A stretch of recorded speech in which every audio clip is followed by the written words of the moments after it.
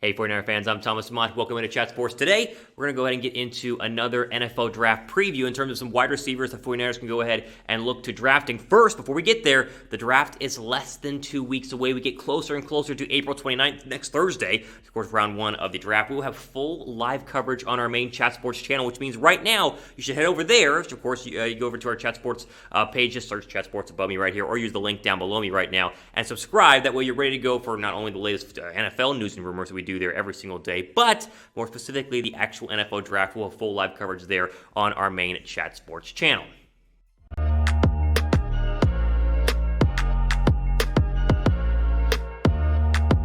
49er fans, again, let's jump into the latest 49ers news and rumors and go to kind of a fun video here where I take a look at some of the top wide receiver prospects that actually could be available for the 49ers to go ahead and draft. And that's important to go ahead and note because we understand the top wide receivers in this draft, well, the Niners won't really have a shot to go ahead and take them. But with 9 picks in this year's draft, more on that here in just 1 second, the Niners have plenty of ammo to move up and down in the later rounds of this draft and possibly take a wide receiver, something they have rumored to be hinted at doing for the past couple of weeks. I mean, this seems to be a growing thing and a growing theme that with the departure of a Kendrick Bourne and the uncertainty of the injury to Jalen Hurd, what will San Francisco do for another wide receiver spot, and seeming like the draft is going to be the best place for them to go ahead and do that.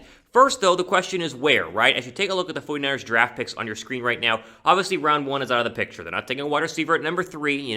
Everyone and their mom understands they're not taking a wide receiver at number 3. But -3, I mean, look at that. Round 2, round 3, round 4, round 5. They have a ton of ammo in the mid to later rounds of the NFL draft to go ahead and pick up maybe 1, possibly even 2 wide receivers. And you see here more, round 5, and then round 2 over there in round 7. Plenty of ammo to go ahead and spend on a wide receiver. Now, do they need a wide receiver? That's the question we're trying to answer in today's video, as well as give you some options if you want them to go ahead and draft a receiver. And you can look at Debo, Ayuk, and Hurd and say, no, they don't need one. But you can also look at Hurd and Richie James Jr. and Mohamed Sanu and say, well, they have 2 really good wide receivers and then a bunch of guys that we really have no idea if they're ever going to be anything special, right? Sanu, latter part of his career. Hurd dealing with all the injuries. Richie James, at best had been a punt returner and had like 1 good game last year. So if you just look at Debo and Ayuk, you like what the pairing has, but adding another wide receiver to me is very, very important.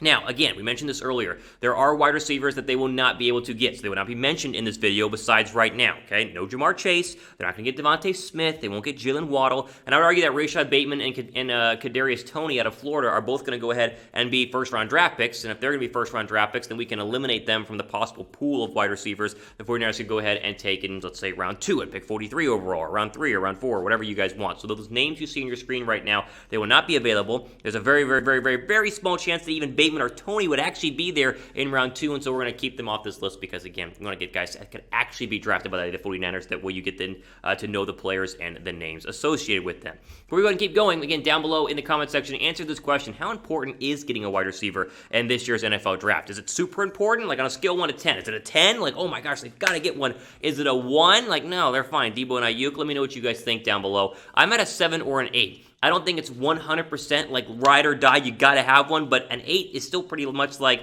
hey, go and get one because there are a lot of good ones in the middle of the rounds here in the NFL draft, and they are would be very beneficial, I think, to whoever plays quarterback, hint, hint, for the 49ers going forward.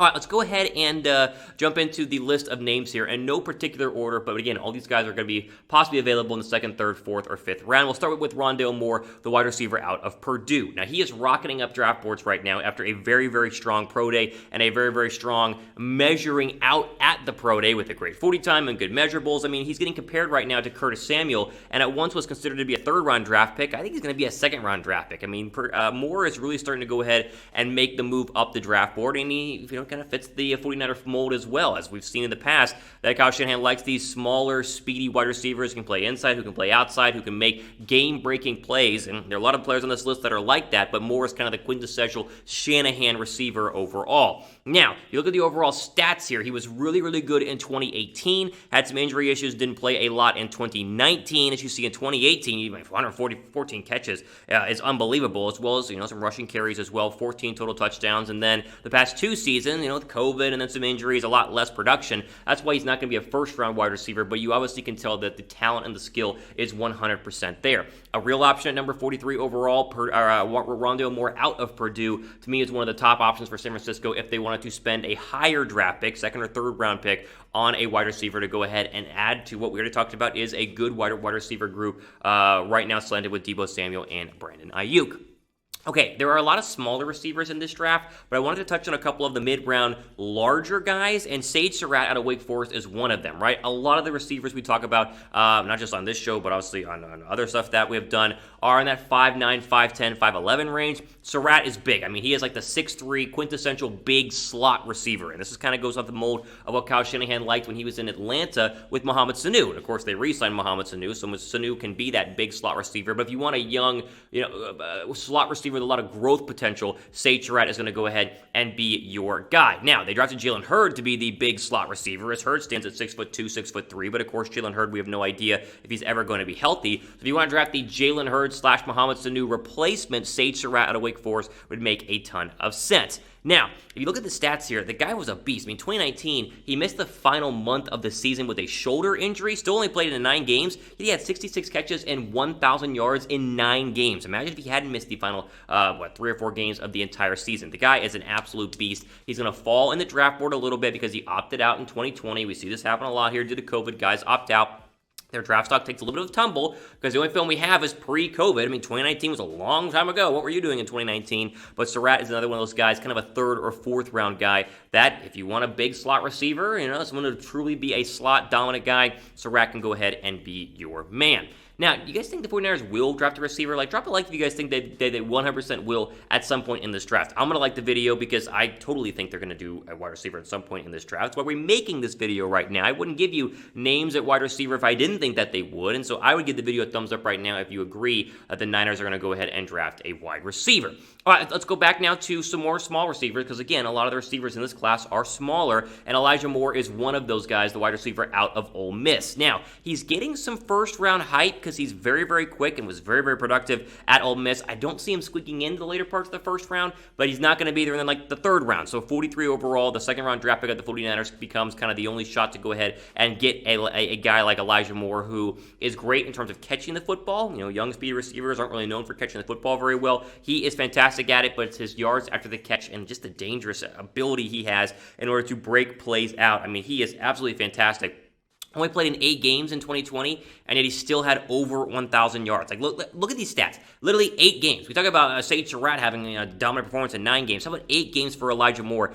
86 catches at Ole Miss, 1,193 yards, 11 touchdowns, and a 13.8 yards per catch. I mean, the guy is only 5'9", he's $184. He ran a 4.48 40 at his pro day, and again, a lot of guys are fast at their pro days because timing and however it works or whatever. But this guy is another one of those speedy receivers who you mix him in with Deebo Samuel, you mix him in with Brandon Ayuk, and you get him in a Kyle Shanahan system with a quarterback to get him the football, and Moore can turn out to be another breakout superstar at wide receiver, and that's why we got to mention he's not going to be there in round 3 because he's just that good.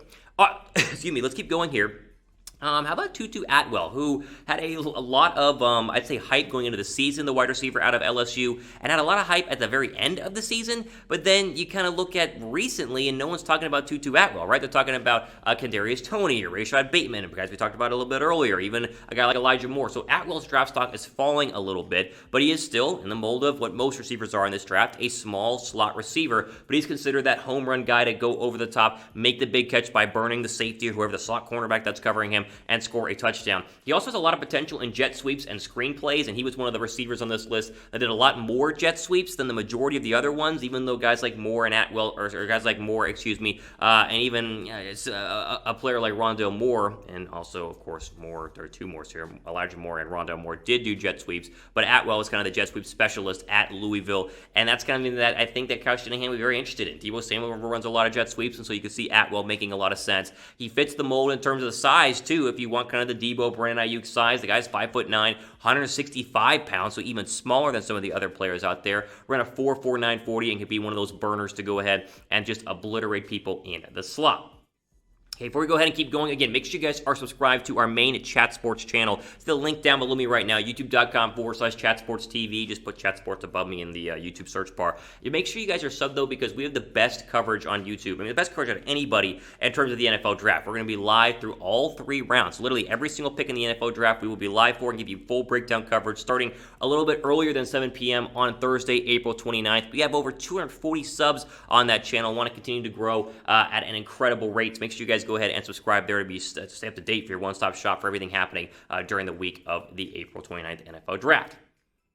All right, a couple more names here to go ahead and finish up on our list of 5 receivers the 49ers could go ahead and draft at some point in this draft. Dyami Brown, the wide receiver out of UNC. Talked about a lot on this, a lot by me, I should say, but the UNC receiver was a first-team All-ACC guy in 2020, and it could be a very, very, I'd say, underrated mid-round draft pick for a team like San Francisco. I don't think he's going to be a second-round guy. I think he's going to be a third or a fourth-round guy. Even though he did lead the Tar Heels in receiving last year, he doesn't have the elite speed, which is different from the guys like Moore and Atwell and people we just talked about a little bit earlier. He's more of the deep ball possession receiver. So he can go over the top, but he's going to win by, winning jump balls versus beating you out with strict straight speed, which I guess could make a lot of sense from a 49er perspective because they kind of have the 2 speed guys, right? They have Deebo Samuel and they obviously have Brandon Ayuk, and so maybe more of a possession receiver would make a lot of sense, kind of what they wanted to do with the guy like Jalen Hurd. 11 games in 2020, the guy had 55 catches and almost 1,100 yards, and even though he's not exactly massive, 5'9",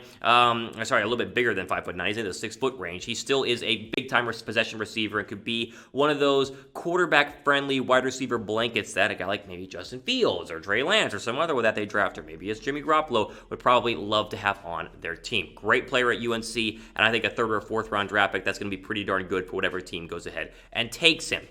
Now, I'm not going to say I saved the best for last because I think any 5 of these guys could turn out to be the best receiver out of the 5, but I am very partial towards Terrace Marshall, the wide receiver out of LSU. I've watched a ton of film on him, and he just jumps off of the screen for multiple reasons, right? He's one of the biggest wide receivers in this draft, and again, most receivers are smaller. A couple of them on the list are a little bit bigger, but Marshall stands at 6'4", 200 pounds, and still ran a 4.5 40 at his pro day. Opted out the later part of the season in 2020, played the first, 7 games, but he is a big-time possession receiver who can still go over the top and beat you with pretty darn good speed, and the numbers at LSU, to me, are almost a little bit undershowing of what he was able to do because who was playing quarterback at LSU this past year? They had nobody. They rotated a bunch of quarterbacks around, and LSU was a mess, but Marshall was easily their best receiver and was the number 2 guy until Jamar Chase opted out, and then was the number 1 guy. I mean, he's really, really good, and I'm all for someone taking Terrace Marshall probably early on in the 2nd round. If he's there at 43 for San Francisco, you have to take a good, long, hard look at, do we want to make this wide receiver core, absolutely OP if they can, if they get a guy like Terrace Marshall, who, again, 6'4", 200 pounds, 4.5 40-yard dash. The guy is fast. He's a jump ball guy, can also be a possession receiver, and would be a great addition to the San Francisco 49ers. All right, who is your dream target for the wide receivers after round 1? Do you have a dream wide receiver target after round 1? Again, you're not going to be able to get Jamar Chase, Devonta Smith. We know that. We understand this. But who's on this list, maybe not on this list, that you want the 49ers to draft? Let me know who that is down below in the comments section right now. Ultimately, for today here on this video, again, wanted to jump on and give you some names, give you some options at wide receiver because, again, 2nd round, 3rd round, 4th round, I think a wide receiver is going to come off the board for San Francisco somewhere around there, and I would not be surprised if one of these guys is taken, and hence we'll go ahead and put this video together. More coverage I will see coming up later on this week. For the 49ers Report, I'm Thomas Mott, signing off for the rest of your day.